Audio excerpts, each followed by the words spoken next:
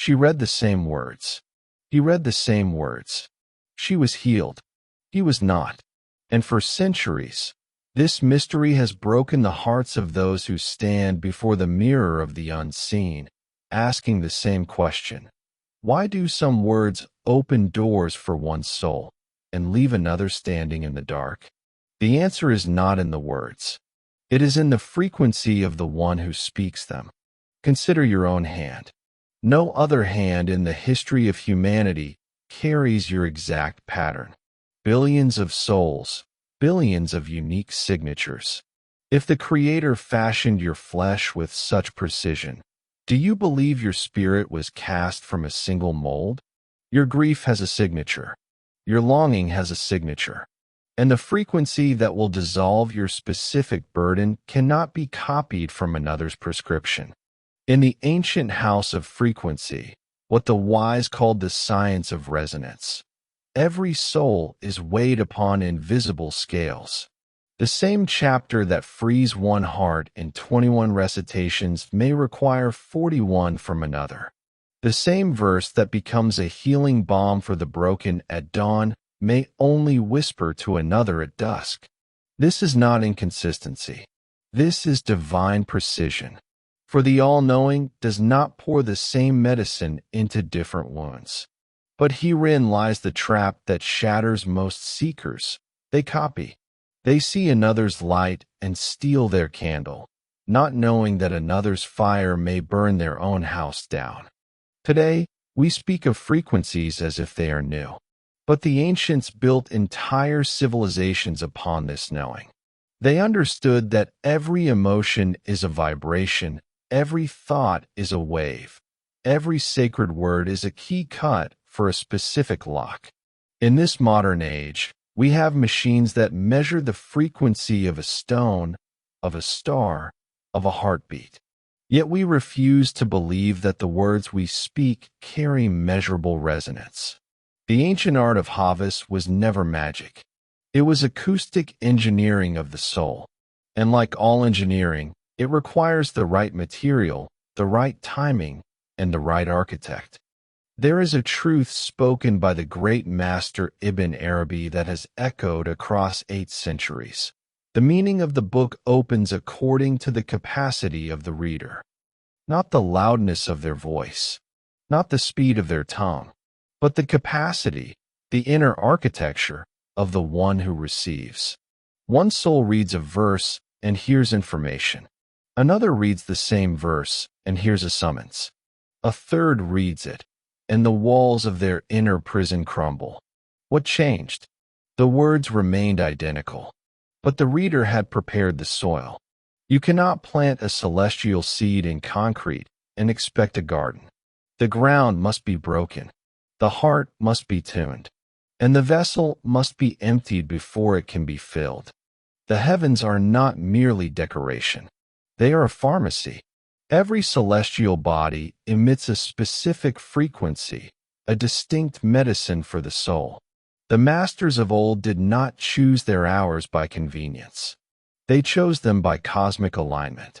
When the ringed planet, Saturn, the guardian of limits and endurance, ascends to its throne in the sky, its hour brings the frequency of fortitude.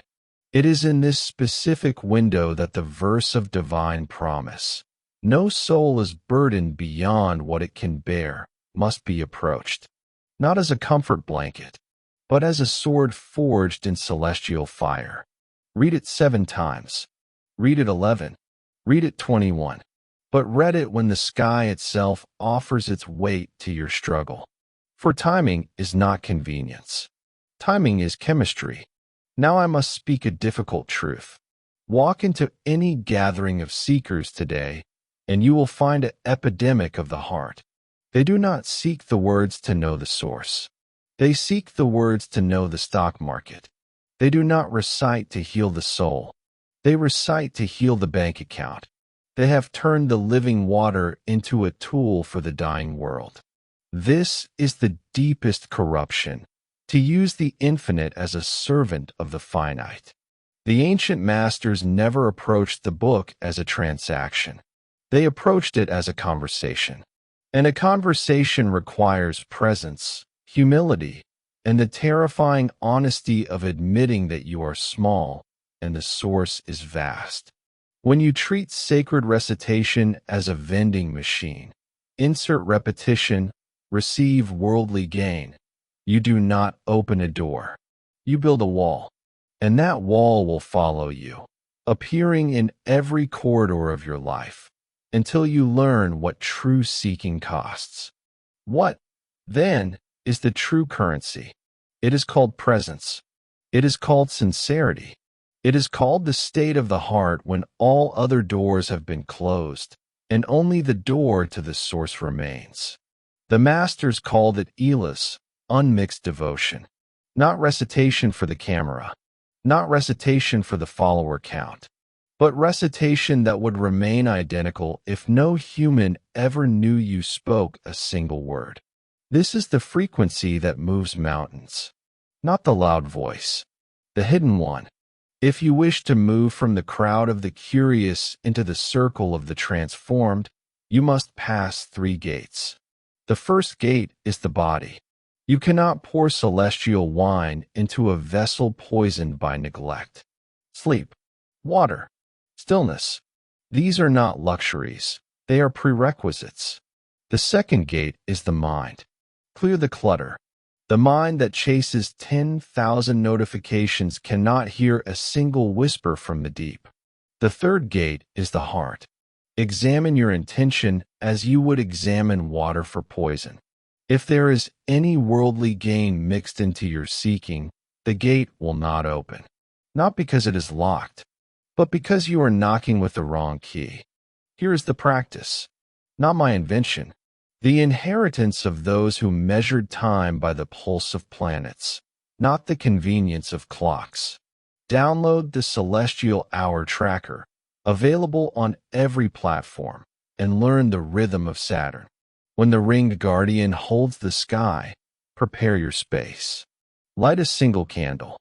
Place your written intention before you, not a wish, but a surrender. Recite the verse of endurance. 7 times for the seeker who is beginning, 11 for the one who has tasted discipline, 21 for the one who has crossed the desert before. But do not merely count. Feel the weight of each word as if it were a stone being placed upon the scale of your soul. And when you finish, sit in the silence. For the answer does not always come as thunder. Sometimes it comes as the absence of noise.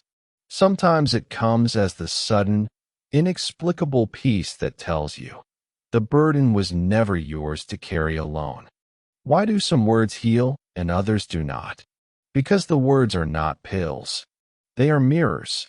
They show you what you brought to the conversation. If you brought greed, you will see greed reflected back, and you will call it failure. If you brought sincerity, you will see sincerity reflected back, and you will call it miracle. But it was never the words that changed. It was the frequency you carried when you approached them. The same chapter, the same verse, the same name, but a completely different soul standing before it. That is the secret. That has always been the secret.